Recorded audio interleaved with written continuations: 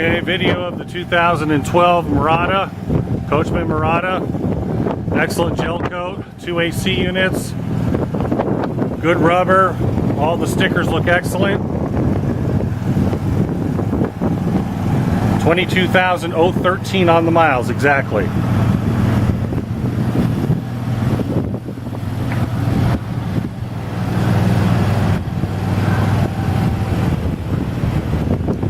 I got the motor running right now. I got the generator on. I got all the, both ACs are running off the generator right now.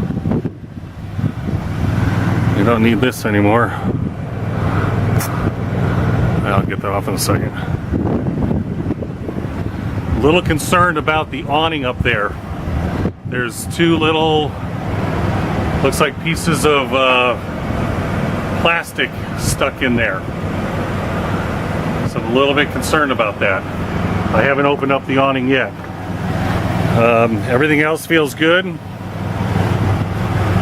One TV is missing, the other TV in the back is good. This also concerns me right here. I have the generator on and the AC is on, and the refrigerator's been on for about a half hour, and it feels cold up in the refrigerator, but I don't know why that is hot like that. And it has a hitch in the back. Alright, that's a video of the outside.